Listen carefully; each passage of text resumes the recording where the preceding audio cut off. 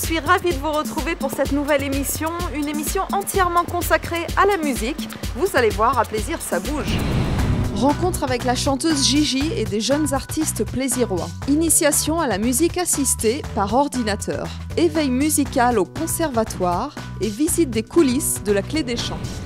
Pour commencer cette émission, je vous propose de revenir sur le concert de Gigi, une ambiance jazzy, brésilienne et chaleureuse. Bonjour, c'est Gigi à la Clé des Champs.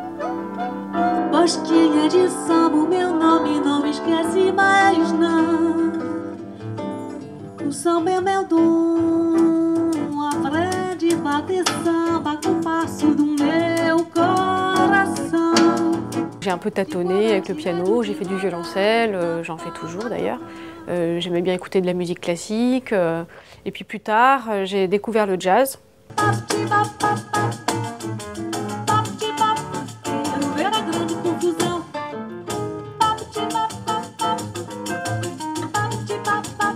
Je connaissais déjà la musique brésilienne un petit peu et j'avais vraiment un truc pour cette musique depuis très très longtemps. C'est comme quand on tombe amoureux, parfois on ne sait pas pourquoi en fait, on est étonné des choix qu'on peut faire. Je joue avec deux instruments harmoniques, soit deux guitares, soit une guitare, un piano et un percussionniste. Il n'y a pas de batterie, il n'y a pas de basse. Donc déjà ça crée une particularité, ça crée un son assez différent de ce qu'on a l'habitude d'entendre.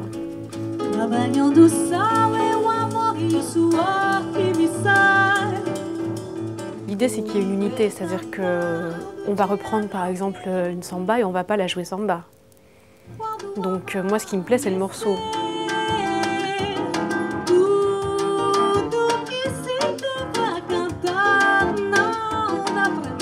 Je trouve qu'on a tendance à vraiment toujours servir la même soupe aux gens et moi je trouve ça chouette de pouvoir proposer un peu autre chose, d'ouvrir d'autres portes.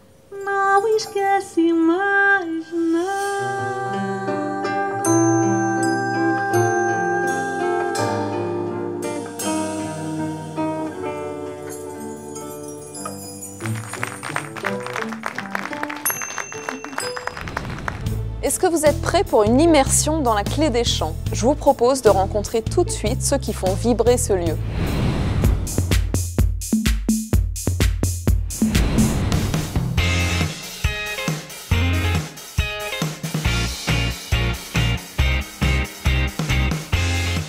Bonjour Alain, je suis ravie d'être à la Clé des Champs. Quel est ton métier? Alors je sais que c'est régisseur, mais est-ce que tu peux m'expliquer en deux mots en quoi ça consiste? Ça consiste à préparer en amont tous les spectacles et je ne fais pas que la Clé des Champs, je gère aussi le théâtre Robert Manuel qui est au château. Et alors est-ce qu'il y a une particularité à la Clé des Champs? Est-ce que tu peux me parler de ce lieu? Là où nous sommes, c'est la salle de concert. Une capacité de 300 places.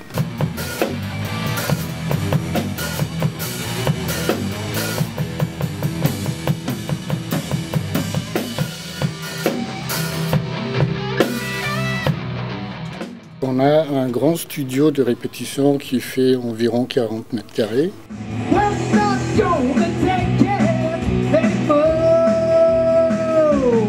Il y a des loges pour des artistes comme moi, par exemple? Voilà, il y a une belle loge.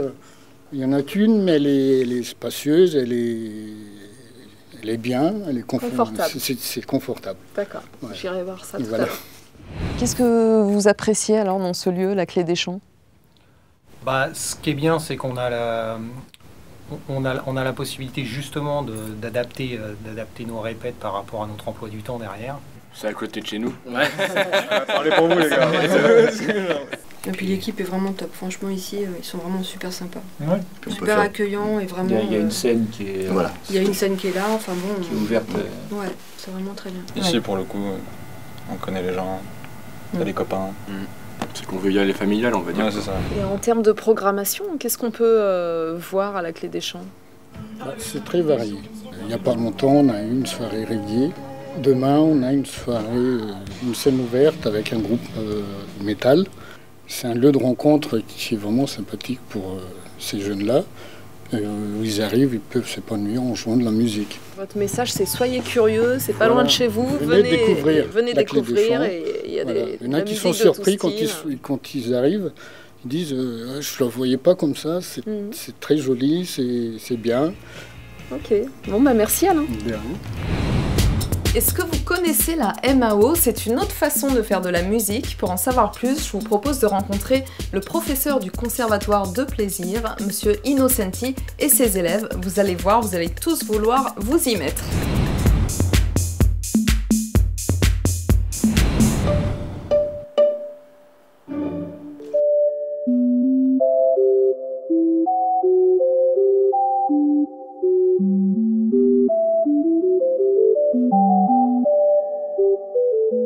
Musique assistée par ordinateur, c'est un petit peu tout ce qu'on veut, lié aux instruments de musique électroniques. C'est assez nouveau et c'est nouveau aussi pour ce public-là qui ne sait pas jusqu'où ces outils peuvent l'aider à être créatif, à chercher la musique qu'il a en lui-même.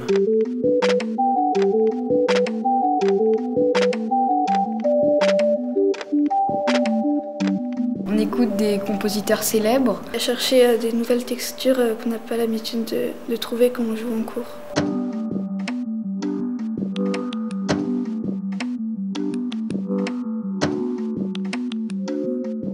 Aujourd'hui, j'ai amené une interface qui est l'interface avec laquelle je travaille, qui s'appelle l'Eigenharp, qui est une interface MIDI, qui est un clavier, comme un clavier piano, ultra sensible, et qui permet aux enfants d'avoir directement une relation concrète entre leur improvisation et le rendu graphique. J'ai créé un son de piano et du coup grâce au logiciel on pouvait modifier les sons que j'ai faits, on pouvait les allonger et modifier les notes. À travers ce cours, je pense qu'ils se rendent compte qu'ils peuvent être compositeurs. Ouais. Le savez-vous, Plaisir compte de nombreux talents, rencontre avec deux artistes passionnés. Je crois pas que c'est simple, le sample est triste et l'intention est bonne. Ma thérapie c'est la musique, je crois pas que c'est l'antidote. Et dans le peurage je reste aux antipodes. Pas à la mode mais je m'en tape, j'avance toujours selon mes anticodes. Selon mes anticodes. Selon mes anticodes. Selon mes anticodes. Je m'appelle Nella, j'ai 17 ans. Garlou, artiste originaire de la ville de Plaisir, dans les Yvelines. Moi aussi, je viens de Plaisir. Bientôt 33. Je suis française, mais d'origine congolaise. Je suis dans le rap depuis près de 15 ans. Je fais de la pop urbaine. Mais je sais d'où je viens, où je vais. Alors, quelles sont tes influences? J'aime beaucoup le rap américain, genre Chris Brown, Drake, tout ça. Mais après, par rapport à ce qui se rapprocherait plus de ce que je fais, j'aime beaucoup Ayo. Niveau rap, ça a été les influences à l'ancienne, quoi. C'est-à-dire NTM, La Clica, Arsenic. Si tu devais résumer ta musique en 3 mots. Message, militantisme, passion. Partage, mixité, l'amour, voilà. Raconte-nous ta première scène. Ma première scène, c'était avec S-Prod, c'était ici à la Clé des Champs. C'était en juin 2013 et j'avais hyper peur. Voilà, c'était un bon souvenir aussi. On était passé en première partie de Diabus System. Quels sont tes futurs projets? Alors, futur projet, donc j'ai un projet en cours qui est un projet rap reggae, donc qui s'appelle Retour aux sources. C'est un projet en fait qui est assez ambitieux parce qu'il y a pas mal d'artistes internationaux dessus, donc comme du Costa Rica, il y a un artiste jamaïcain. Donc voilà, c'est un projet qui a pour but la mixité, le partage, l'ouverture d'esprit et qui a envie de prendre un peu à contre-courant tout ce qui se fait en ce moment, c'est-à-dire tous les messages négatifs qu'on peut voir dans le rap. J'ai participé à la Nouvelle Star il n'y a pas longtemps, donc je vous invite à aller me voir, à me regarder sur D8, et puis toi aussi Garlou si t'as rien à faire mardi soir. Et le 8 mars, j'ai une date au Réservoir à Paris pour la Journée de la Femme, donc venez me voir, je vais chanter un titre à moi, et après surprise. Alors, shut up, shut up, shut up. Au conservatoire, les enfants peuvent essayer différents instruments à travers des ateliers organisés par des professeurs, un excellent moyen de faire leur choix.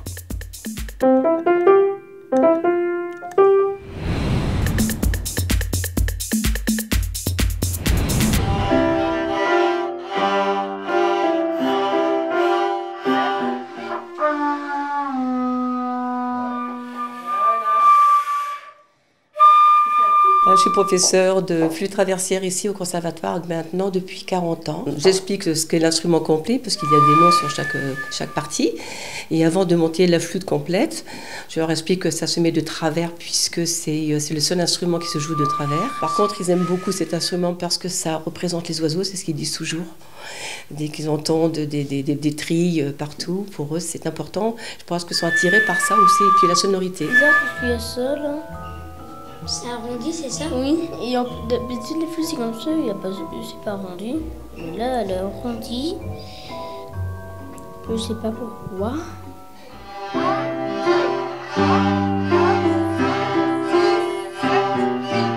L'apprentissage du violon, c'est un apprentissage qui est quand même long. Et l'éveil musical, alors on essaye en 2-3 séances de leur donner un petit aperçu déjà de l'instrument, une petite connaissance. Et ils s'en sont plutôt très bien sortis parce que c'est vraiment pas évident d'arriver à sortir un son déjà du violon en si peu de temps. Une fois qu'on sait le nom des cordes, on doit savoir combien on doit faire de chaque et c'est facile ça. On vient de leur faire découvrir un petit peu la trompette par le biais de tout le parcours instrumental. En fait, ils passent d'instrument en instrument par séance de 3 cours. Et donc, le but du jeu, c'est de leur faire découvrir un maximum d'instruments au cours de cette année pour qu'ils puissent faire leur choix pour l'année prochaine.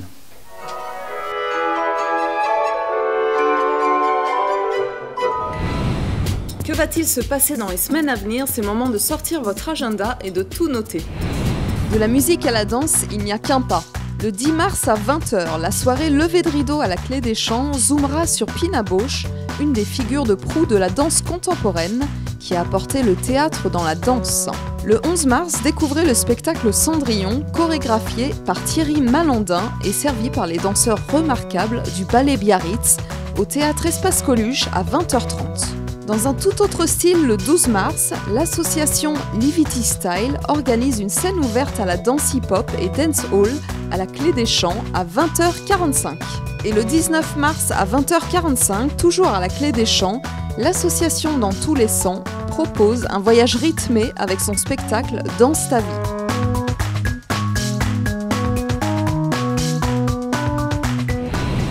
Voilà, merci de nous avoir suivis. On se retrouve pour notre prochaine émission en avril. D'ici là, profitez bien du printemps qui arrive.